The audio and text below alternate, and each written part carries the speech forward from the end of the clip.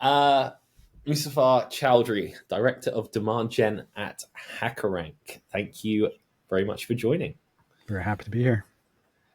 So, Muzafar, really appreciate your time and jumping on. You've got over 16 years of B2B marketing experience under your belt. Also saw part-time comedian for Cancer Research UK. Would love to dive deep into that at some point. But for the viewers, it would be good to, if you could provide like a little context as to where you are on your DemandGen ABM journey. Was it ABM out of the gate 16 years ago? How have you got there?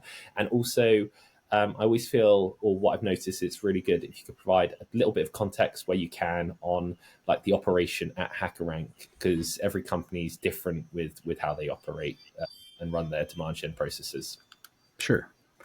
So I started my career agency side, and that's like a pressure cooker. You get exposed to a lot of different things very quickly. So like a year agency side, I'd say like a couple of years like in-house client side. And it was primarily B2B performance marketing, and then I moved over into just more kind of B2B demand gen, and that evolved into account-based marketing. Like a lot of companies saw that there was more ROI in targeting best fit accounts over especially longer sales life cycles. And more recently, that's kind of evolved further. I consider myself to be a revenue marketer, so I do programs and activities that have much more measurable impact, a little bit more directly. So I'm very tied in with the sales team. So we have some reporting into myself, and like a lot of people you probably speak to, I believe sales and marketing is one go-to-market function, and I truly try to operate that way, especially with the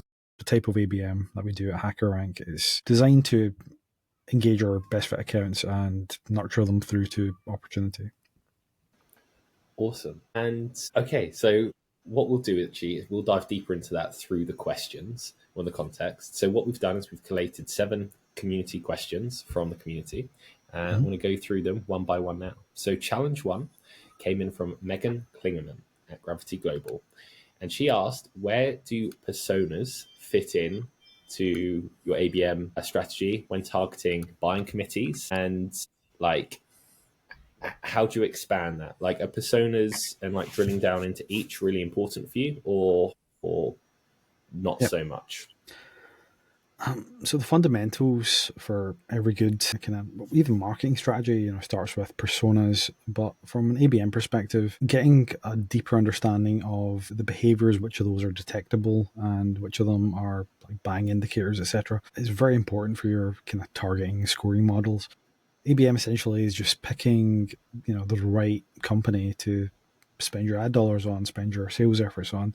And it's where a lot of ABM programs actually fall down, is they don't spend enough time being data-led around that selection process. Especially now, there's a lot more readily available data, unstructured data as well. So not just databases with firmographic information. You can build your own models based on data that you kind of scrape and gather for different kind of buying scenarios, and build that into your own scoring. So picking the right kind of accounts and giving them the appropriate level of effort and across ad dollars and outreach activities is like a fundamental, essentially.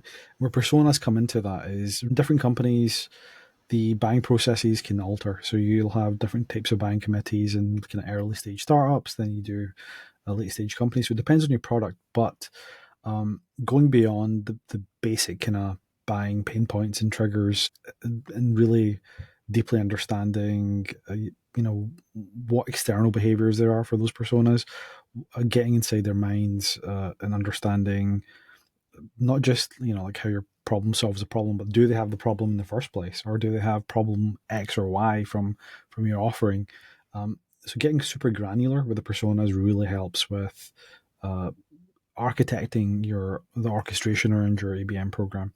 If you have like 4 people, 5 types of people in your buying committee, they should all be getting messaging relevant to their part of the buying cycle. And again, that's become so much easier to orchestrate now.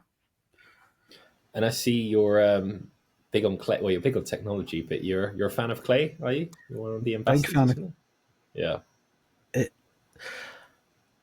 Essentially, you've got a superpowered spreadsheet that can pull in data from any of the usual data sources, but you can create your own. You know, you can have scrapers that go out and pull in data. So I don't want to give away too many kind of secrets for especially for HackerRank competitors, because we've got a couple of very excellent ways to figure out which companies are both in market or have problems with our competitors, or have, you know, people complaining about products, or we've got a massive amount of data that we process and we evaluate to figure out who we should go after in terms of accounts. And then on a deeper level, you know, what particular problems those problems and issues might result in for our target personas, and all of our messaging is tailored to that. Everything from the ads they see through to the approach our kind of SDRs and sales team takes. Sure, that's awesome. And it also, thank you, you've already given us like the soundbite. I don't want to give away all our secrets, but, and it just cuts out. Awesome. Yeah, no, Clay's awesome when it comes to personas. I'm a big fan of it. Challenge 2 came in from Robert Norum. So at B2B Marketing, I love this question. He asked, what is the optimal split between ABM for existing customers versus new accounts? And based on your experience, how would you split the traditional one-to-one, one-to-few, and one-to-many framework? So for me, that's just like a sliding scale, you know, but particularly around like the new accounts versus existing accounts. Yeah. I would love your opinion on that. So what's the optimal split between existing customers and new accounts for ABM?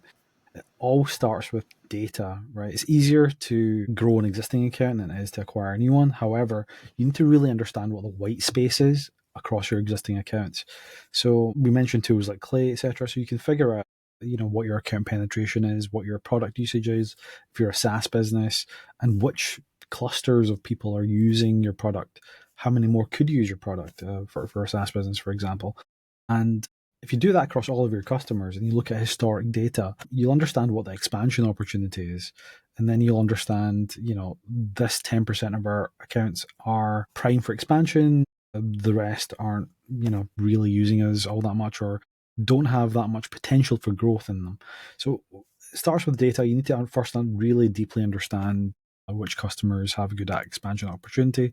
And then on the flip side, you know, new logos are always great, but when you're trying to balance your budgets and ad dollars between new and existing, or your outreach efforts, a little bit of experimentation early on in your program, you probably find that expansion's a little bit easier, but you hit a limit very quickly on that, because it can depend on the kind of annual review cycles, on decision makers changing, etc.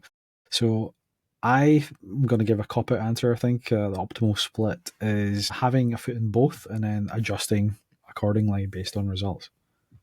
I mean, he's kind of stitched us up there with the question, because ultimately it does depend. But you make some good points about, like, obviously like ABM works best when you've got the intelligence on the account, and the existing customers, you've got the best intelligence. So it does make sense to really focus on that first. But yeah, my view on it, not to get too bogged down, because this is more about you than me, for sure.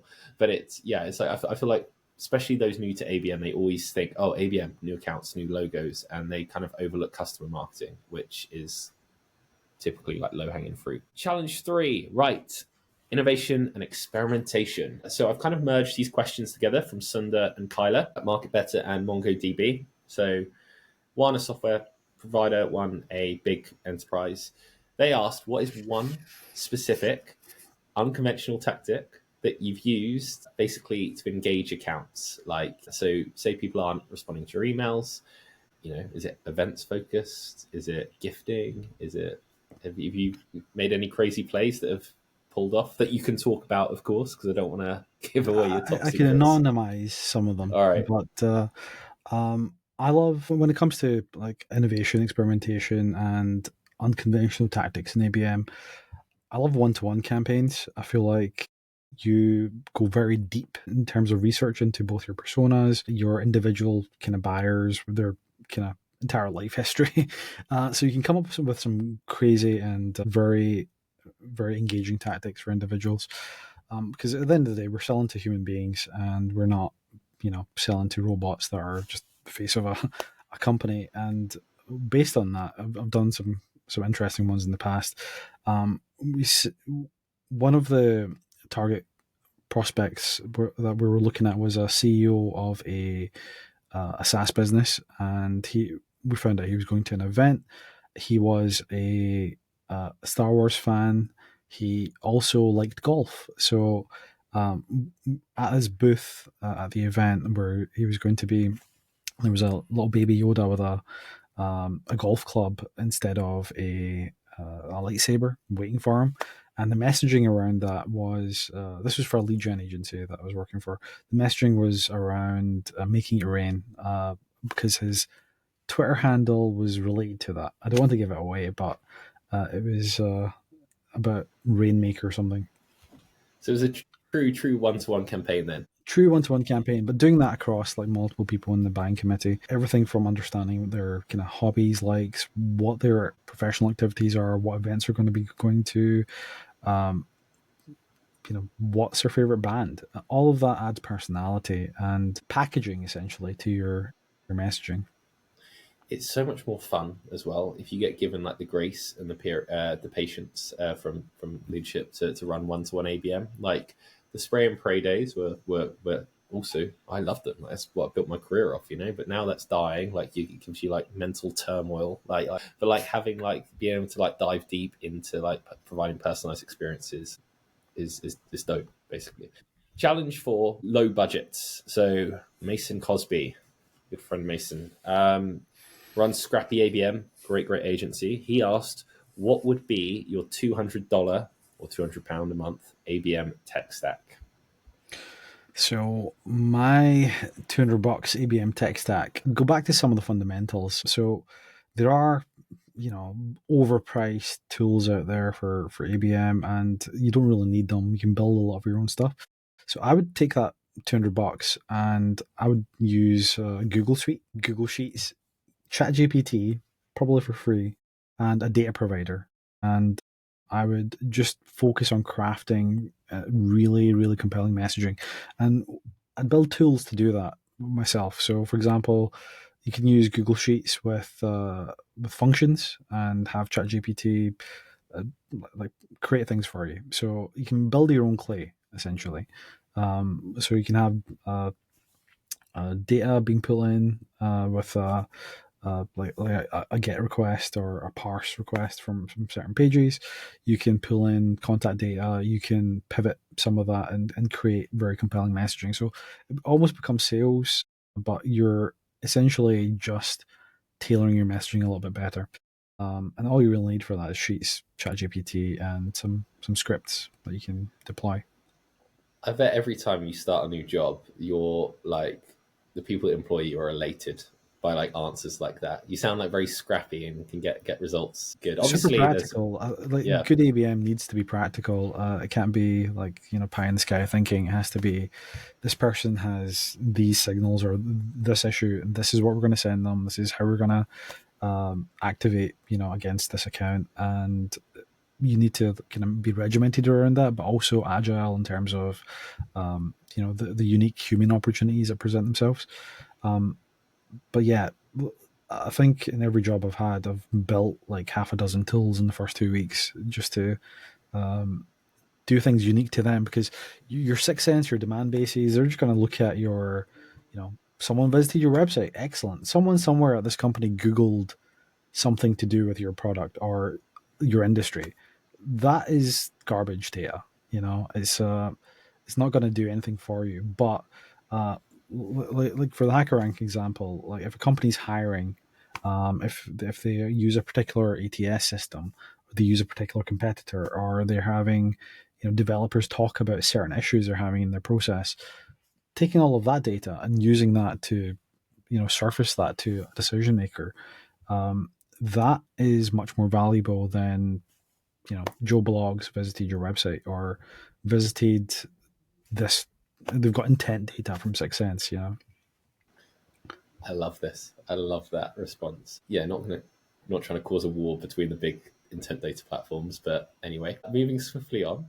Challenge 5, still on that technology theme. It's kind of similar, but James Davies at Blue Yonder, so another big company. Well, it's slightly different. He asked, what ABM technologies are you most excited about? and why? And I imagine AI probably a crux of the Yeah. answer, but is there any specifics? So what ABM technologies am I most excited about? So at the moment, like Clay's killing it for myself and my team, but it's more because it's less about the tool, it's more about what's possible. So low code automation, building your own kind of RAG agents for processing certain kinds of data lets you be very creative and very bespoke. I don't think um, ABM tools like the large kind of orchestration providers and like intent data providers are the future of ABM. I think it's all going to be homegrown because every industry is different. Every kind of buying process is a little bit different, and being able to build something bespoke and MVPs very quickly to test out certain kinds of messaging or take advantage of scenarios in the marketplace and do that at scale is where I think ABM is going. And that's why I'm I need excited about low code and AI. Awesome. I need to introduce you to Henry Clark. You'll love him. He works, I think he's senior ABM manager at Security HQ. He shares very similar sentiment to you. Challenge 6 from Mike Davies. Davies, they're not related. But anyway, works at Red Hat. He asked, I feel like he's battling something here. What is one sacred cow in B2B marketing or ABM that needs to be slaughtered, and why haven't you done it yet? So one sacred cow in B2B marketing and needs to be slaughtered, and why haven't I done it yet? So I already have done it, and that is third-party intent data and using the overpriced platforms for that information. It's not that valuable. That kind of data is being sold off to other parties. Like, so for example, if you look at Bombora, they started selling their data to everyone. Apollo to everyone else because it's not actually that actionable or that valuable. And then you have other platforms that have like specific keywords for intent data. Again, not that actionable, not that valuable. And you can build your own signals engines and scraping the marketplace for whatever your use case product is to have much more actionable, relevant data that actually turns into opportunities and revenue when you orchestrate based off of it. So one sacred cow that needs to be killed, slaughtered, whatever you want to call it, is third-party intent. All right. Nice. We'll carry on. Final question that came in.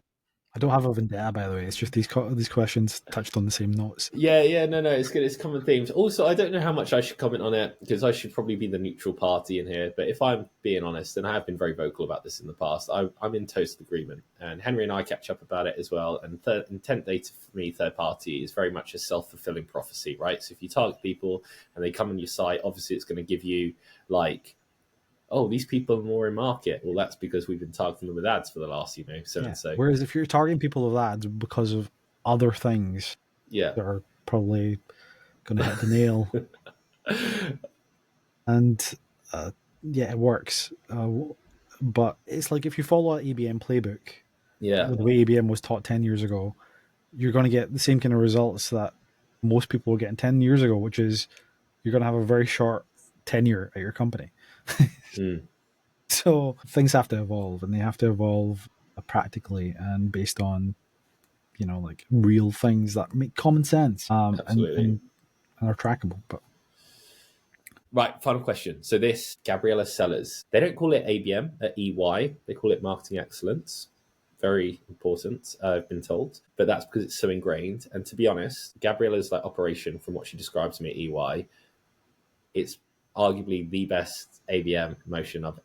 It's like true ABM, right? So it's like very one-to-one focused. She asked, how can ABM teams in large, complex organizations adopt small business mindsets to stay innovative and impactful? And from everything you've said on this interview, I feel like you're the perfect person to ask this to, because clearly you're very resourceful. I was going to say scrappy, but I feel like that's insulting, but like resourceful. So if you were like rocking up a big organization, like how would you structure your day? Or like how would you kind of approach that? Because I imagine they're going to have like ingrained processes. Like, would you run separate experiments on the side? Take it away. so how can ABM teams in large, complex organizations adopt small business mindset and stay innovative and impactful? I would say it's more about enablement and buy-in. If you enable, one, you need excellent talent to start with. So your hiring criteria, when you're building those teams and when you're working in these organizations, you need to have a culture of excellence and top tier talent. And in order to do that, or to grow that kind of talent, you need to enable the people in these organizations or in those teams to be able to do their best work. And sometimes that means, straying outside of rigid processes, being able to innovate constantly. We have to innovate constantly. If you're in a culture that doesn't let you innovate, or in any aspect of orchestration, targeting, day-to-day business as usual, then you're going to be left behind. So to adopt that small business mindset, you need to be able to give a little bit of that small business freedom to your employees and people in those teams. And leadership needs to buy in to, the overall vision and process. The easiest way to do that is to deliver results. So if your program dollars are limited because there's limited buy-ins, probably because they're not seeing the kind of results that they'd expect. And in the past, attribution was very fuzzy. With ABM, it can be very direct and one-to-one essentially. If you are tied in with sales, that is. If your organization treats marketing and sales separately, then you're going to be going after different prospects, different accounts, and it's not a cohesive effort. The easiest way to show this is you can have a segment where they get the ABM treatment, sales and marketing, your go-to-market motion hits them, and you can do some analysis around the life cycle length around those companies. But if you're running these programs correctly, you will have very direct attribution across a lot of companies. And that can be because maybe you're doing some supported, enriched, very intelligent, data-led, AI-powered email stuff, or like some very personalized direct mail or gifting, or you're essentially activating tactics based on data, and you can see them working. If you can't, then it's going to be difficult to get the buy-in. So that's the first place to start, the buy-in, and also enabling your teams. And enabling your teams should look like give them access to technology and a broader remit so that they can innovate and run on your behalf. Great. I feel like you answered 2 or 3 questions there, and attribution's obviously a massive one we didn't really touch upon, but obviously it's the crux of the measurement of if anything's working. Muzafar, that has been incredible. The last 2 things I'm going to ask: we build a lot of tech at ABM Answered, more like point solutions, a bit like what you do for maybe less techie focused people. If there was a tool or technology, if you could invent any one, what would it be and why? And if it doesn't necessarily have to be ABM related, just curious, could be a smart fridge, could be any a technology. bathtub, I don't know. I think the way things are going, we're all going to have like assistants, but what the data that powers those assistants is going to need like all the information about your life, right? And that's going to be very sensitive, So if you have, because the training data for your assistant is going to be your life, all of your data. So we're going to need some way to secure all of that. I love that you've taken the cyber angle here, like the cybersecurity angle. Didn't think about that, but also I was thinking of like plugging myself into like an electric socket. I don't know how it's going to upload, but yeah, totally. You're clearly more responsible than me. Final question. Oh, sorry. Personally, it'd probably be like some kind of generative game engine where, you've got like, you just imagine and everything's generated, but it's awesome and really based on your personality. But to do that, you need that first, all of your life's data in one place. Now we're cooking. Yeah, that's definitely some Black Mirror-esque stuff.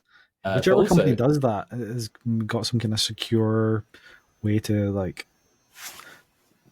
have all of your data from all your different platforms in one place and have them all have like a key to it, like a blockchain kind of key that you can revoke or give. Whoever comes like builds a process for that, they're going to be probably a unicorn company, Well, it's like I've heard like random, not to go too off topic, but this big hype about Grand Theft Auto 6 or something, and like the budget apparently for that was like 2-3 billion or something stupid, and they're expecting to make like 14 billion in like the first 6 months or something mental. And this is a game that isn't programmed to like what you're saying, like yourself. Like I can't imagine I how feel much like money that's that would because they gross. started developing it, tech changed, and then they changed the direction, and they changed the direction again. So just to keep up with what's possible, that's probably what's going on. So they're just burning a lot of capital. I mean, that also could make total sense. They've got money to burn, though. They've taken my money.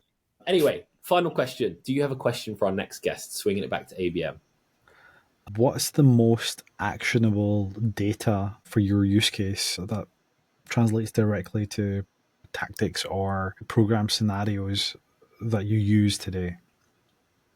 So, are you talking specifically about like this person recently moved jobs Yeah, or yeah, like that's that like a sort of past stuff? champion signal. That's Yeah. you know, Okay. that's an okay one. That pays dividends initially, and then runs out. But there's millions of things like that that you can do. For sure. And like I do ABM, but I also do like mass broad, like SMB style marketing to like the entire internet. Mm. But it's intelligent. It's based on those kind of signals for like self-serve, like sign up. And then I do enterprise ABM. So there's a place for all of this, and the savvy marketer will be able to navigate it by building and innovating as technology evolves. Interesting. Yeah, I think that's a really, really good question because I think it's the only way for ABM to beat like AI slop. Like the last company that I was doing some work for, still am, they do visa automation and they publish all of this on Companies House, which companies are like the sponsors. But you could request, which AI wouldn't do, or not yet anyway, more information on these sponsors. And they gave us the exact number of visas, i.e., how many people they've employed from overseas. And that provides content. You can work out the ROI from, you've Yeah, got clear you can do input, that output. agentically. You Yeah. can so you can get AI to request that. You just write an agent, and it will go through and do all of them, and then you can score all of that, and then come up with messaging. But I mean, I agreed. Like, yeah. But I guess it would still, for now, in my opinion, I think you're a bit further ahead with technology than I am, but you still, like, the AI is like the world's smartest toddler, right? It can only do what it's told. And like we didn't know that existed. So like part of maybe what an ABM is, this is like an open discussion, I have no idea, of like part of the ABM role or marketing excellence, if you work at EY, is like looking for those edges of angles. I like what you're saying with your question. Is it similar? It's like the market, what kind of data is Yeah, giving you the what edge? what kind of data can you generate, Mm, or do you generate today that is valuable as part of your ABM process? mm. Maybe It's a a great cleaner question. version of doing that, because what you've described, if any, I think 90% of it, if you can do something manually, right? So some of our best outreach is like hours of manual research to write like 2 emails, right? But that email is killer, and then you can automate about 90% of that research. But you And need the framework. you need the framework, yeah. So whether it's scraping, making actions, so you can get agents to script together stuff, because you use a few different agents to do different parts of things. You can get them to like sign up to a website, do something, or like submit a form, and then based on that data, the sky's the limit. Mr. Bell, thank you so much for joining. Thank you so much. It was a pleasure.